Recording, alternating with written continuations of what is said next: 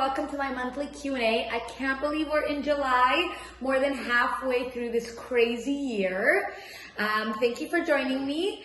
I'm so excited to answer some of your questions, so let's get started. So the first question is, how's the market? So I think everyone's just curious, especially during these times. Everyone wants to continuously know how the market's been affected due to obviously current events, world events, the virus, and everything else going on in this crazy world. So what I can tell you is, surprisingly enough, the market's been okay. We had an office meeting yesterday, and literally we've had one of the most booming months last month. The quarter has been great. I very excitingly closed the top amount of units and volume last quarter. So I've been busy. And just in general, I think people are still moving. People, I think, being stuck at home makes people notice what they really need in a house. And you know, noticing the fact that you're going to be spending so much more time at home in these coming years, it's kind of inevitable. It's making people understand that maybe they need a bigger house, maybe they need a pool, maybe they need a home office. So I think in that aspect, people are still buying. You have a lot of people selling because at the same time, there's so much uncertainty in the market or in people's lives that they think that they should, you know, that this might be the right time to sell. So we do have a lot of activity going on. What I can say from my personal experience is that my transactions have been a little bit more difficult in the sense that I think that there's a lot more hesitation out there, that people are a lot more on edge and uncertain about what they're doing, how they're going to move forward. And I think that there's just a lot more stress in the atmosphere and in the world in general. And that's nothing that we can avoid. We just need to learn to be patient and deal with it as it comes. Do I think the market is going to stay strong? There's really no telling. I think I've mentioned this almost every month since the coronavirus hit. We don't know because this is unprecedented. Will it last forever? Will the market always remain high? Probably not. But will it have as big of an impact as we anticipated? Also, I don't see that as of right now. But you know, the longer that this lasts, the longer people don't have jobs for. What happens if people don't stop receiving their benefits from the government? People can stop affording their mortgage for prolonged periods of time. Will there be more foreclosures? Will that affect the ultimate prices of the house and demand? Maybe. And I guess we have yet to see. But for now, I don't know. We're all busy. So I guess I'm just thankful that I have a job. And I hope you guys are keeping busy and staying safe. And that's it for now. So to our second question, what should I look for in an investment property? So first, let me begin with, I think that it's a really great idea to buy an investment property or to invest in an income property if you have the ability to do so.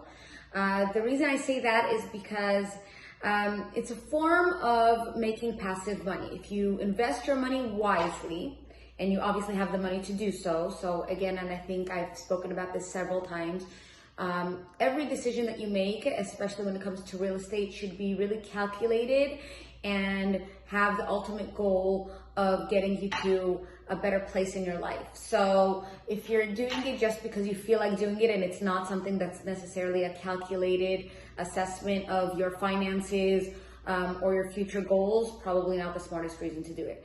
But if you, like I said, if you have money that you want to invest, an investment property could certainly be a really great option for you. Investment properties are different from homeowner occupied properties. And the reason for that is because you're not looking for your dream home. You're not looking for something that you fall in love with. You're not looking for something that you're gonna be emotionally attached to, that you're gonna raise your kids in. None of those things really matter.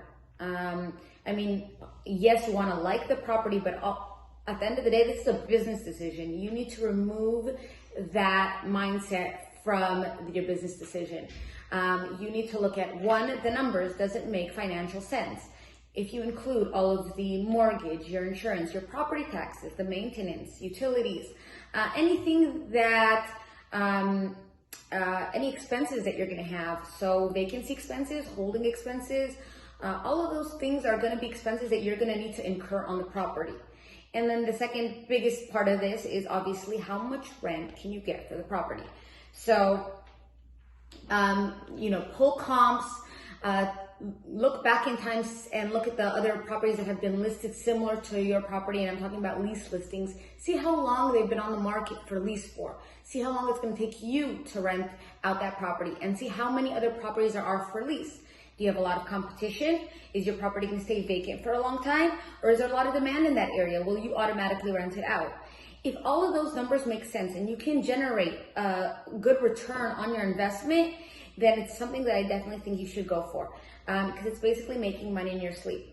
Now, obviously, if you're only going to be making a couple $100s a month, and that doesn't include, unexpected expenses such as repairs or a vacancy, let's say that your tenant has to leave, then that's probably not a smart investment. But if you have enough of a cushion and you can make enough money per month for it to make it make sense for you, then definitely go for it.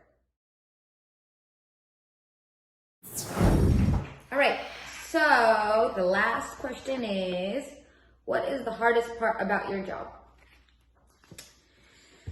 So first, I want to say that I love my job. I love what I do. I'm very, very grateful and thankful to be doing what I do. However, it's not easy. I think the biggest difficulty, especially as of lately, is just the fact that what I do, and I think that this goes for most people that are self-employed, you really have to maintain a high level of self-discipline, really great level of structure, organization, and morale. And especially as of lately, it's been really, really difficult to maintain that structure since everything's just been so different. You know, the kids are home. There are always new rules and regulations that are changing. People are different. There's a lot more stress out there. You're constantly reassuring. And I think that just all of this uncertainty for someone who loves control and certainty is very, very difficult for me. And the way that I try to handle it is really just working on my mindset. I think your mindset controls a lot of your life, especially in your business. And if you wake up in the morning, no matter how difficult it is, you get up and you put your work clothes on and you wash your face, and you look in the mirror and you say, I'm gonna do it. Doesn't matter how hard it is, doesn't matter what obstacle comes in my way.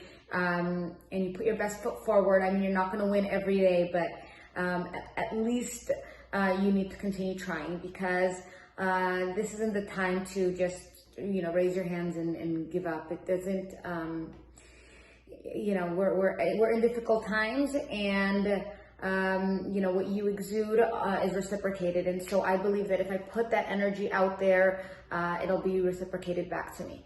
So trying to stay positive, trying to maintain a schedule, trying to maintain a structure, is, I think, the biggest difficulties for me right now, but I'm working on it.